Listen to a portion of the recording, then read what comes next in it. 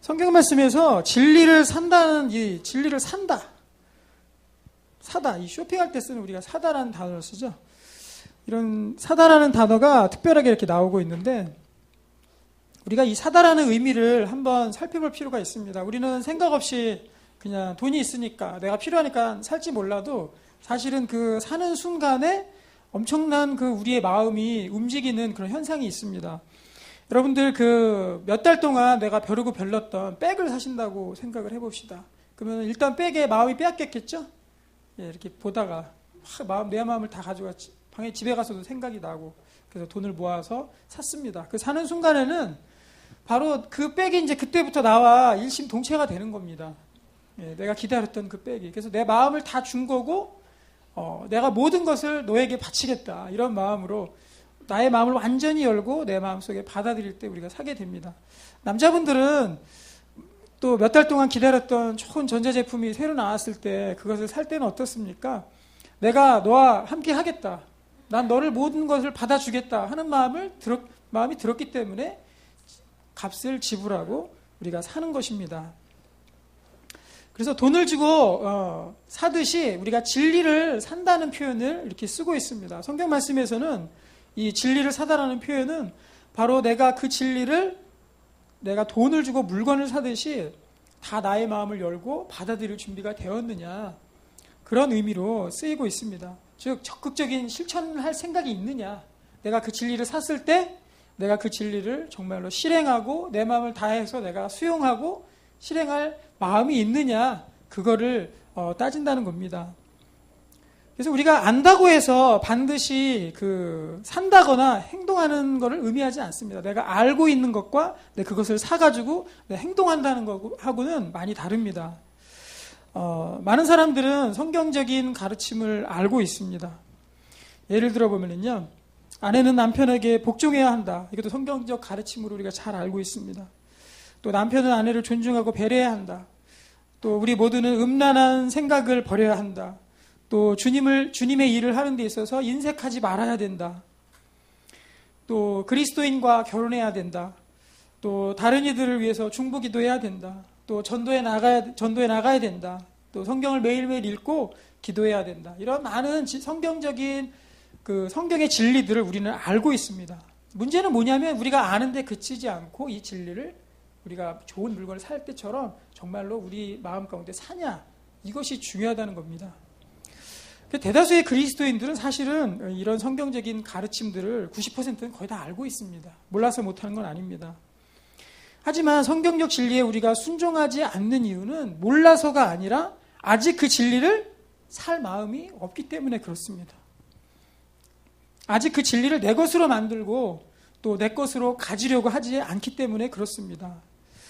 우리의 영혼 깊숙이 이 성경의 진리들을 여러분들은 품고 있습니까? 또 만일 그렇지 않다면 그 이유가 무엇이겠습니까? 오늘 그것에 대해서 몇 가지의 실질적인 우리의 실생활들의 예를 한번 들어보면서 그 이유가 무엇인지 한번 찾아보고 우리도 진리에 대해서 마음을 열고 모든 것들을 받아들이는 시간이 되기를 바랍니다.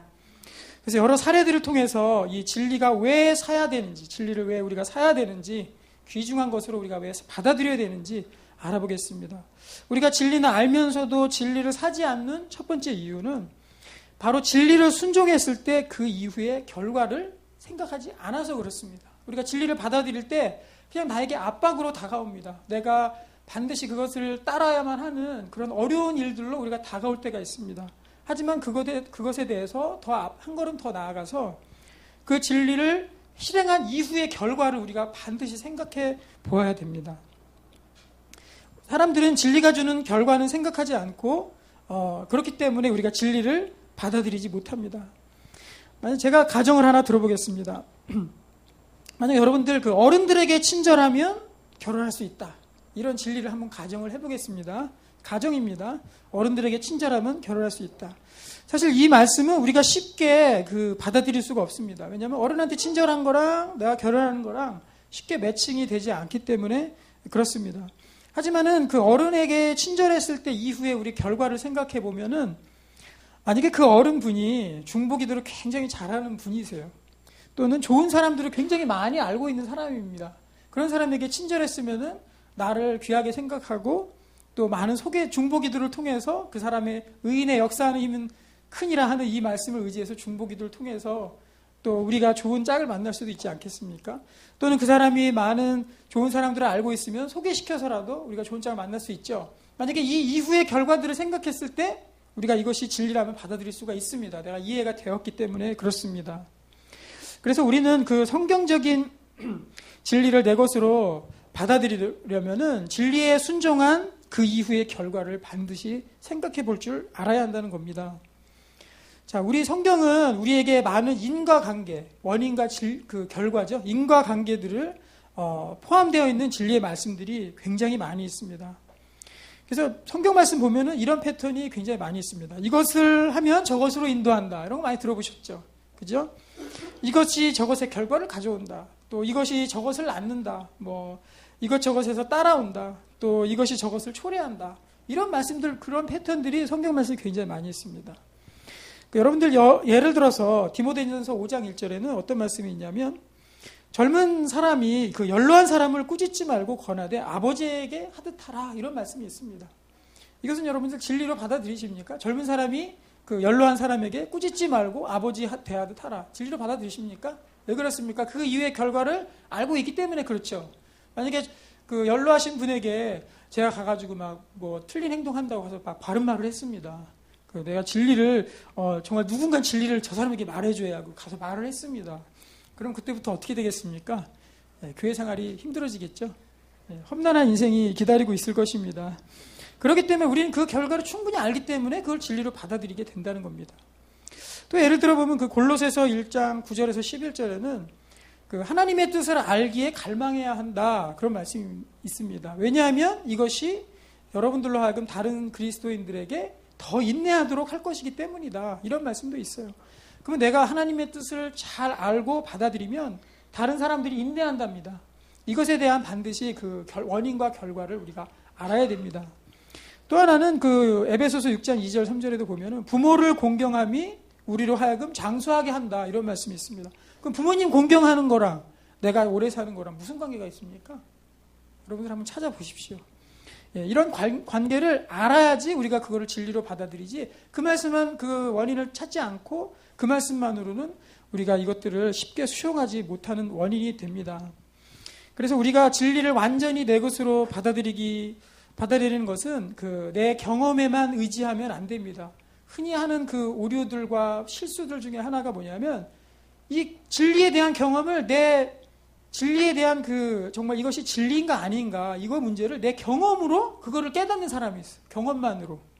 굉장히 어리석은 것입니다.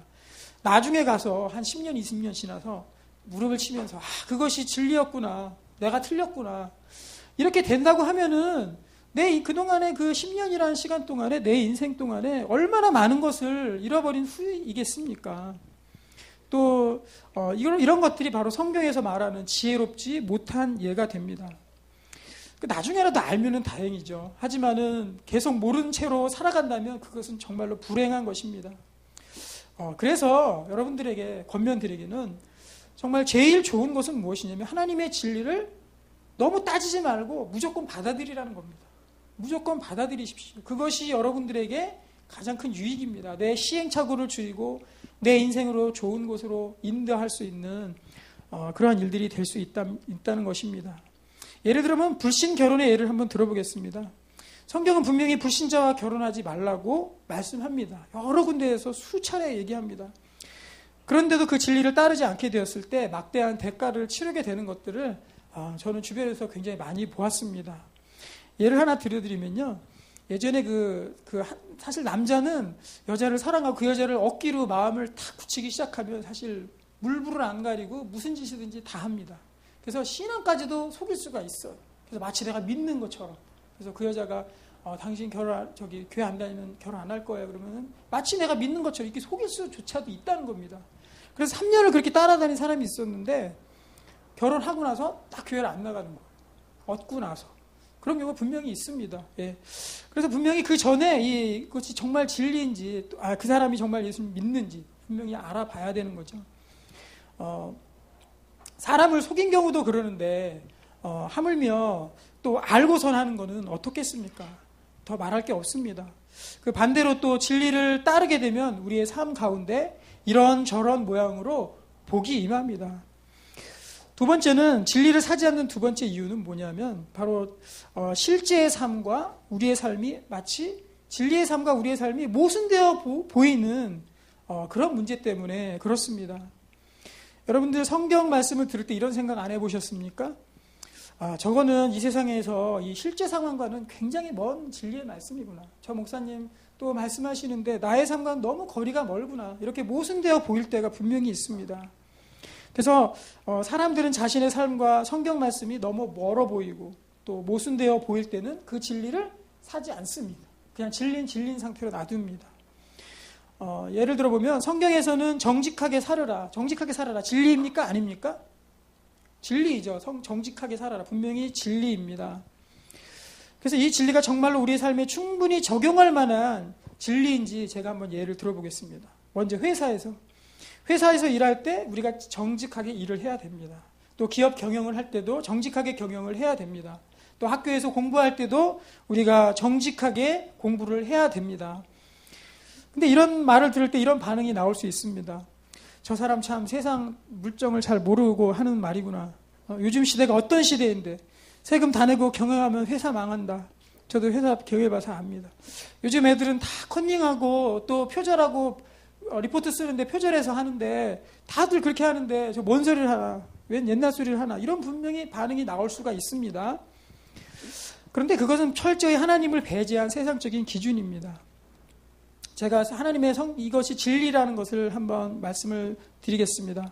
이 글로벌 시대에 점점 와가면서 회사 경영의 그 핵심은 정직한 경영입니다. 이것이 점점 드러나고 있는 추세 가운데 있습니다. 과거에 그 부정직한 일을 했던 일이 이 회사 가운데 드러나면요, 언젠간 드러날 수밖에 없거든요. 드러나면 그 회사는 전락하고 맙니다. 요즘에 그 유업계 그 우유 파는 회사들이 갑질이라는 거를 막 그 아래 이제 을에 해당하는 사람들한테 강요를 했죠. 그래서 그 우유 지금 다 안 사거든요. 그 우유가 수년 동안, 십수년 동안 업계 1위를 유지했던 그런 기업입니다. 근데 그 순간 업계 1위가 완전히 뒤바뀌어 버렸습니다. 그래서 그건 회복하기 불가능할 정도의 그런 그 기업에 타격을 입혔습니다. 그래서 그 요즘 기업 경영의 핵심은 바로 정직과 투명성과 신용입니다. 그러니까 결국 하나님의 진리가 맞다는 것을 우리에게 드러내주고 있습니다. 그때 가서는 아주 작은 부분에 보면은 부정을 행하고 무슨 분식 회계를 하고 이런 것들이 이득을 주는 것처럼 보이지만 결국 나중에 가서는 그것이 우리에게 큰 심각한 피해가 될 수 있다는 겁니다. 회사에서 일할 때를 가정해 보겠습니다. 정직하지 못하게 회사 일을 하게 되면은요, 나의 삶의 전 영역으로 누룩이 번지듯이 점점 번집니다. 조그만 부정을 행했다가 그것이 이제 둔감해집니다, 사람이. 그래서 내 삶의 전반적인 부분으로 확장이 되어가고 결국에는 내 신앙조차 흔들리게 됩니다. 작은 곳에서의 정직이라는 그 진리에 대한 순종이 나의 삶의 전반적인 부분을 살리게 해준다는 것입니다. 또 학교에서의 예를 들어보겠습니다. 정직하지 못한 일을 별거 아니라고 생각하게 되면은요, 시간이 지난 후에 우리에게 도리어 그것이 사단의 공격의 도구가 될 수 있습니다. 예를 들어서 리포트를 베낀다든가 논문을 표절한다든가 이런 일들 때문에 수년, 최소한 몇십 년이 지나서 그것이 올무가 되어서 시험을 받는 경우들 여러분들 보지 않았습니까? 너무나도 우리가 유명하게 잘 알고 있지 않습니까? 그런 일들이 분명히 그런 것들을 일으킨다는 겁니다. 그래서 하나님의 진리는 무조건 나의 삶과 모순되지 않습니다. 믿으십니까? 예, 우리 같이 한번 하겠습니다. 하나님의 진리는 나의 삶과 모순되지 않는다. 왜냐하면 진리는 내가 살아가야 할 하나의 사용 설명서하고 똑같기 때문에 그렇습니다. 우리가 살아가는 그 매뉴얼이 있죠, 매뉴얼. 그 매뉴얼이 바로 하나님이 주신 진리라는 것입니다. 그래서 그 진리대로 사는 것이 우리의 삶의 매뉴얼을 따라 사는 것과 똑같습니다. 그래서 진리를 사면 우리에게 무조건 유익이 됩니다. 무엇보다도 그 정직이라는 것은 나의 마음을 순결하게 하고 하나님 앞에서 깨끗하게 만듭니다. 자, 그 남편을 구원하고 얻는 길에는 남편에게 순종해야 된다라는 말씀이 베드로전서 3장 1절에 있습니다. 제가 결혼한 지 얼마 안 돼서 드리는 말씀은 아닙니다. 남편에게 순종해야 된다. 이것이 진리입니다. 분명히 성경에서 주는 진리입니다. 근데 이 진리를 들은 어느 아내가 이렇게 반응할 수도 있습니다. 내가 그렇게 했는데 아무 소용없더라. 남편에게 순종해봤자 자기 하고 싶은 대로 다 하고 내버려 뒀더니 남편은 운동 클럽 5개에 가입을 했고 아이들은 저녁에 아빠 얼굴 볼 수도 없고 또 돈 관리까지 다 맡겼으면 말도 안 되는 주식 투자에 넣어가지고 다 날려버리고 말았을 것이다. 그런 식으로 남편 얻을 수 있는 여자가 있을지는 모르겠지만 나는 적어도 아니다. 내 경우에는 규칙을 딱딱 세워서 그대로 남편에게 밀어붙이겠다. 이런 생각을 가질 수가 있겠죠. 살다 보면은. 저희 집 얘기는 아니고요. 또 하나는 부모를 공경하라는 말씀이 있습니다. 이 부모를 공경하라는 거는 누군가가 또 이 말을 듣고서 이런 반응을 분명히 낼 수가 있습니다. 여러분 잘 들어보세요. 우리 부모가 어떤 사람인지 알면 절대 그런 소리 못한다. 얼마나 지독한 사람인지, 또 얼마나 막무가내인 사람인지, 또 얼마나 알코올 중독이 있으면서 우리를 괴롭혔는지, 또는 아버지가 누나와 여동생이 어렸을 때 아버지가 어떤 짓을 했는지 알면 그런 소리 절대 못할 거다. 지금도 정말 지긋지긋한 이 가정의 굴레를 내가 벗어나려고 얼마나 노력하는지 알면은 부모를 공경하라는 그런 소리는 하지 못할 것이다. 이런 경우들이 분명 우리 삶 가운데 있습니다. 그럼 하나님의 진리와 모순되는 우리의 삶 가운데 이거 어떻게 해결해야 되겠습니까? 여러분들 어떻게 해결해야 되겠습니까?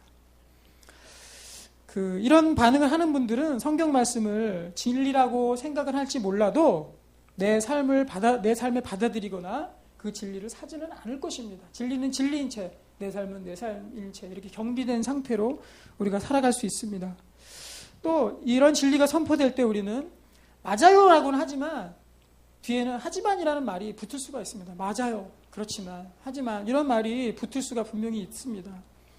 이것을 극복하는 방법은 바로 성경 말씀이 궁극적으로 나중에는 내 삶과 모순되지 않고 진리라는 사실을 우리가 믿어야 됩니다. 여러분들 아까 그 아내의 순종의 결과를 한번 이야기해 보겠습니다. 그런 남자에게 아내가 순종하지 아니하면 어떻게 되는지 그 결과를 제가 한번 가정을 해봤습니다. 이거는 이제 수누키안이라는 이제 설교학 학자가 있거든요. 학자가 얘기한 것인데 굉장히 일리가 있고 좋은 말씀을 여러분에게 말씀을 드립니다.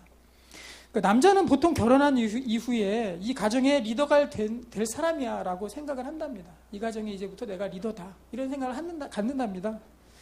교회에서는 이상하게 교회에 오면 내가 리더야라는 생각을 안 갖는 사람도, 또는 회사 가면 내가 리더야만 해 이런 생각을 안 갖는 사람도, 또 국가에서 내가 대통령이 돼야 돼 이런 생각을 안 갖는데도 이상하게 결혼하고 가정에 오면은 내가 이 가정이고 리더야 이런 생각을 갖는답니다. 남자들이. 맞습니까? 네, 이것은 하나님께서 우리 안에 심어 놓으신 것이기 때문에 그런 생각을 하게 됩니다.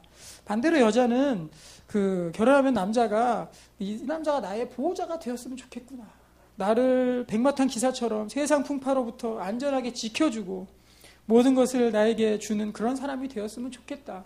이런 생각을 한답니다. 맞습니까? 예. 이것도 역시 하나님께서 여자에게 심어 놓으신 마음입니다. 근데 여자가 못 참고 잔소리와 지시로 또 가정의 리더의 자리에 오르려고 이 시도를 막 합니다. 그런 남자를 보고 막 내가 시켜야지 하면서 가정의 리더로 오르겠다고 이렇게 시도를 합니다. 그럼 남자는 기본적으로 하나님께서 우리 남자 가운데 심어놓은 마음이 있기 때문에 거기에 대해서 극심한 저항을 하게 되겠죠. 그럼 서로 집어던지고 싸우고 막 난리가 나겠죠. 이런 현상이 한두 번 있으면 모르는데 만약에 수개월 또는 몇 년씩 지속된다고 해봅시다. 그러면은 결국 남편은 마음문을 닫고 수동적으로 바뀌어 버리게 됩니다. 또는 완전히 무관심하게 됩니다. 그래서 결국 남편을 잃을 수가 있습니다. 그래서 하나님과 남편 사이에 있어야 될 그 공간에 아내가 서게 됩니다. 하지만 반대로 순종적으로 하고 기도하면 하나님이 그에게 결국에는 다가가실 그런 기회를 줄 수 있지 않겠습니까? 완전히 내가 리더의 자리에 서버리면 남편을 완전히 잃어버리는 건데, 내가 그래도 거기에 대해서 순종하고 기도로 나아갈 때 분명히 하나님께서 궁극적으로 그 사람에게 찾아가실 일들이 생기게 될 것입니다. 여러분들 주식 투자를 만약에 다 날렸다 남편이, 그러면 그 파산을 회복할 수도 있겠죠. 하지만은 남편을 완전히 잃어버리고 이혼하게 되면 이혼을 회복할 수가 없습니다. 하나님이 그를 고치실 것을 믿고 그래도 끝까지 순종하는 것이 바로 하나님의 이 진리를 따르는 결국의 모습입니다. 부모의 경우도 마찬가지입니다. 부모로서 가치가 없다 막 이렇게 느껴질지라도 우리 동물들은 한 뭐 두세 달만 있으면 독립을 하잖아요. 그래서 우리 강아지 두세 달 있다가 다 분양해 줬는데 사람은 물론 20년이나 30년 동안 부모가 데리고 있지 않으면 안 됩니다. 그 시간 동안 우리를 낳아주시고 기르시고 또 상사에게 때로 시달리면서까지 우리를 키우기 위해서 참고서는 밖에 일을 한 이런 부모들에게 순종하는 것이 맞습니다. 하나님의 진리임이 분명합니다. 그래서 이 모든 경우에서 남편의 그 어리석음이나 부모의 실패가 하나님의 진리를 가로막는 걸림돌이 결코 될 수가 없습니다. 하나님의 진리는 분명히 진리이기 때문에 맞는 말씀이기 때문에 그렇습니다. 자, 진리를 사지 않는 마지막으로 세 번째 이유는 진리보다 더 중요한 무엇이 우리 가운데 다가오기 때문에 그렇습니다. 주일날은 하나님의 진리의 말씀을 듣고 하지만 화요일, 수요일 가면서 삶 속에서 그보다 더 중요한 일들이 진리보다 더 중요하게 생각되는 일들이 우리에게 다가올 때가 있다는 것입니다. 그래서 이제 제가 또 실생활의 예를 들어보겠습니다. 이 말씀도 참 좋은 예 같습니다. 어떤 엄마가 있었는데 직장에서 사장님의 총애를 받으면서 사장님의 그 일도 잘하면서 사장님의 배려를 받으면서 이렇게 일을 하고 있었습니다. 아주 직장 일을 잘하고 있었습니다. 근데 이 어머니는 그 성경에서 정직하게 살아라 하는 말씀을 진리로 받아들인 사람입니다. 진리로 완전히 산 사람입니다. 그런데 어느 날 갑자기 이 어머니에게 사장님이 부정적인 일을 하라고 명령이 들어옵니다. 이거 안 하면 너 잘릴 거다. 이런 협박까지 하면서 반드시 해라. 이런 말을 하게 됩니다. 이럴 때 여러분이라면 어떻게 하겠습니까? 정직이라는 진리도 사지만 회사에서 살아남기, 내 가정을 또 부양하기, 그것도 사시겠습니까? 두 개 다 사시겠습니까? 아니면은 뒤에 거 치워버리고 진리만 사시겠습니까? 아니면 진리 버리고 그냥 세상 것들을 사겠습니까? 어떤 거 사시겠습니까? 예. 근데 이 어머니는 진리를 샀습니다. 그래서 해고를 당했습니다. 그래서 해고된 이후 그 사람은 하나님께 이렇게 따질 수도 있습니다. 만약에 의를 위하여 핍박받는 자는 복이 있나니라는 말씀이 있잖아요. 내가 의를 위해서 세상 가운데 핍박을 받았습니다. 그럼 복이 있다 그랬는데 하나님 이 복이 도대체 무엇인지 저에게 다시 한번 더 정확히 설명해 주시겠습니까? 이렇게 반문할 수 있지 않겠습니까? 하나님께. 근데 이제 해고 다음 날 아들과 이제 아침을 먹었습니다. 근데 이제 출근 안 하는 엄마를 보면서 아들이 물었습니다. 엄마 왜 출근 안 해요? 엄마가 회사에서 부정을 저지르지 않으려고 잘렸다. 이렇게 중학교 아들한테 얘기를 했습니다. 그래서 이제 아들은 학교 가가지고 자기 친구들한테 얘기를 했습니다. 우리 엄마가 거짓말 안 하라고 회사에서 잘렸대. 친구들한테도 얘기를 했습니다.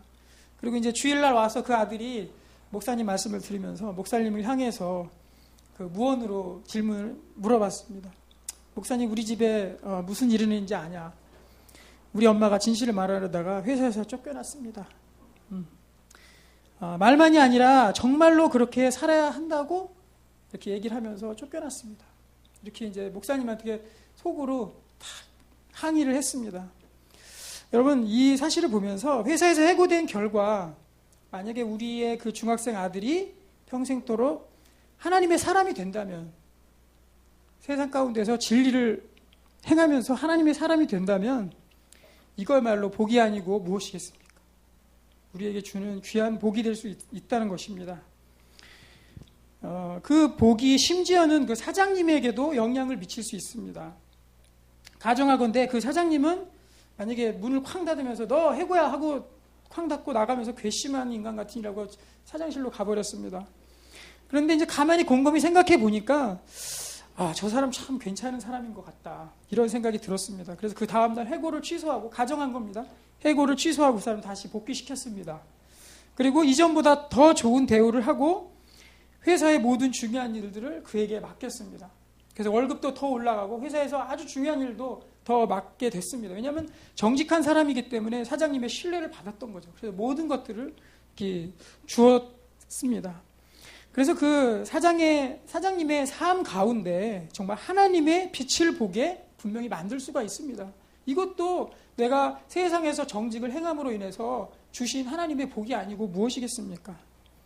또 다른 가정을 해보면 만약에 그 어머니의 딸이 이제 사춘기의 아들이 있다 그랬죠.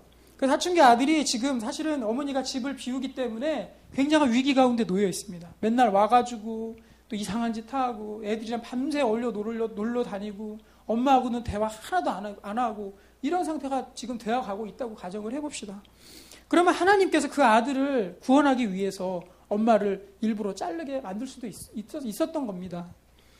그래서 이제 그 사춘기 아들이 이 점점 세상에서 타락해 가고 있는 이런 위기 가운데서 정말 구원을 얻고 엄마랑 다시 대화하면서 그것들이 다시금 찾아지고 다시 회복이 된다면은 내가 세상에서 그 직장에서 정직을 행하면서 잘린 것이 또 쫓겨난 것이 우리 아들에게 있어서는 엄청난 복이 되는 것입니다.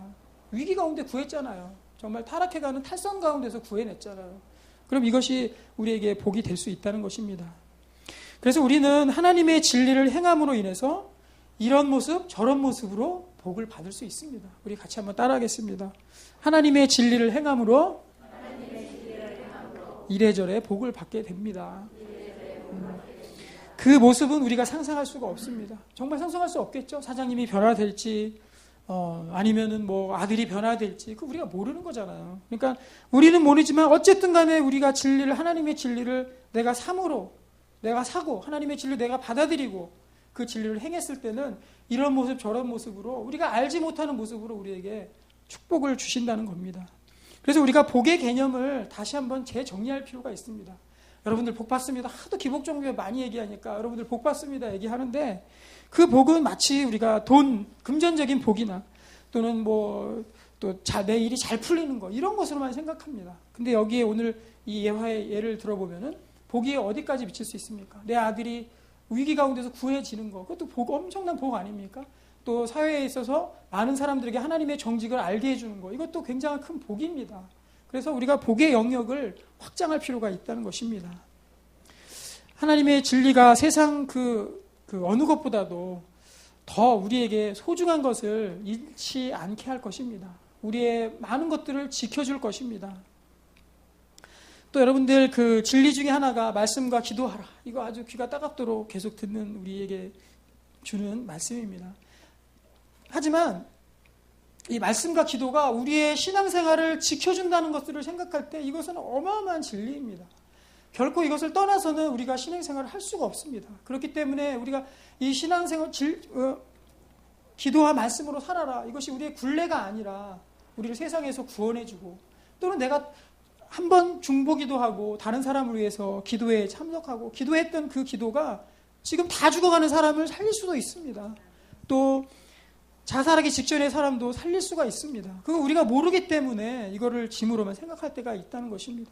하나님께서 우리가 이런 것들을 행했을 때 이래저래 이런 모습 저런 모습으로 우리에게 복을 주신다는 사실을 우리가 믿으면은 이것들이 우리를 지켜주는구나. 이 진리가 나를 지켜주는구나. 이 말씀을 통해서 우리가 이것들을 능히 실행할 수 있습니다. 그래서 우리는 성도들은 우리 하루에 정말 30분 이상씩은 기도했으면 좋겠습니다. 이제 다음 주부터 고난주간이 시작됩니다. 또 우리 댁에 계실 때도 기도에 오셔서도 우리가 하루에 30분 이상은 꼭 기도했으면 좋겠고 우리 직분자들은 우리 또 1시간씩 하루에 1시간씩 기도했으면 좋겠습니다. 또 우리 사역을 맡은 사역자들은 1시간 이상씩 우리가 하루에 기도함으로 인해서 만약에 우리 전 교인들이 그렇게 기도의 자리요 또 기도의 불을 태운다면 또 우리가 삶의 어느 곳에 있었던지 기도의 불을 태운다면은 우리의 정말 이 교회의 지각 변동이 일어나게 될 줄로 믿습니다. 그것들을 우리가 바라고 하나님의 진리는 정말 옳다 하는 것도 우리가 바라고 나아가는 우리가 되었으면 좋겠습니다. 오늘 말씀에 보면은 또 진리를 어떻게 하지 말라고요? 팔지는 말아라. 사되 팔지는 말아라. 이렇게 말씀하고 있습니다. 오늘 말씀 좀 비춰주세요. 예, 팔지는 말아라. 여러분들 진리를 샀는데 교회에선 샀습니다. 진리 사가지고 내 것으로 만들어야지. 정말 이 진리가 나의 삶의 귀한 인도자가 될 거야. 같지만은 세상 풍파 부닥치면서 진리를 버립니다. 세상 것들을 다시 취하고 이것이 바로 진리를 파는 행위입니다. 진리를 사되 팔지는 말며 이렇게 되어 있습니다. 또 하나 지혜와 훈계와 명철도 그리할지니라. 지혜가 우리에게 얼마나 큰 힘을 줍니까? 또 훈계 받는 것들 우리가 위의 사람들이든지 신앙의 선배이든지 우리를 훈계할 때 그것들을 사야 됩니다. 적극적으로 내 삶에 비추어서 나의 삶에 적용하고 그것들을 사야 됩니다. 또 명철한 것들, 우리에게 명철함을 주는 것들도 적극적으로 우리가 받아들여야 됩니다. 요한복음 8장 32절에 보면은 진리를 알지니 진리가 너희를 자유롭게 하리라 하는 예수님의 말씀이 있습니다. 진리가 어떻게 한다고요? 우리를 자유롭게 한다. 진리는 우리에게 항상 결국에서 우리를 자유롭게 해준다는 겁니다. 우리에게 자유를 준다는 것입니다. 진리를 벗어나면 반대로 세상의 속박 속에 갇혀버리고 맙니다. 당장은 우리에게 이익되는 것처럼 보이지만 진리를 거스르면 세상의 속박에 속합니다. 또 하나님과 멀어지게 될 수밖에 없습니다. 그렇기 때문에 진리가 우리를 자유롭게 합니다. 고난주간에 우리 진리를 주신 예수님을 더 묵상하면서 내가 얼마나 주님의 진리를 내 것으로 생각하고 있나 돌아보는 귀한 시간 되시기를 바랍니다. 그래서 내가 뭐 이것저것 막 따지지 말고 나중에 되면 다 알게 됩니다. 우리가 또 천국에 가게 되면은 하나님의 말씀이 다 진리라는 것들을 알게 될 수밖에 없습니다. 하나님께서 우리에게 다 좋은 거니까 하라 그랬겠지. 우리가 힘들고 우리가 짐만 되고 굴레만 되면 우리 뭐로 하라고 말씀하셨겠습니까? 그것들을 믿는 신뢰가 필요하죠. 그래서 믿음이 필요한 겁니다. 진리에 대한 믿음이 필요한 것입니다. 요한일서 5장 3절에도 보면은 그의 계명은 무거운 것이 아니로다 하는 말씀이 있습니다. 그의 계명은 무거운 것이 아니다. 다른 번역서에 보면은 그의 계명은 그의 명령은 지킬 수 없을 만큼 힘든 것이 아닙니다라고 번역을 하고 있습니다. 하나님의 명령은 우리가 못 지킬 만큼 힘든 것이 아니래요. 우리들에게 유익을 가져다 주고 우리를 올바로 세우는 하나님의 진리의 역할이 있기 때문에 그렇습니다. 그래서 여러분들 우리 모두가 진리를 내 것으로 받아들이고 우리가 좋은 것들 살 생각, 쇼핑할 생각 하지 마시고 쇼핑도 하시고 또 적극적으로 진리를 우리가 삶으로 인해서 내 삶에서 또 그것들을 행동함으로 인해서 하나님이 주시는 자유를 맛보는 그래서 귀한 하나님의 자유를 맛보는 그런 고난주간이 되기를 예수님의 이름으로 축원합니다.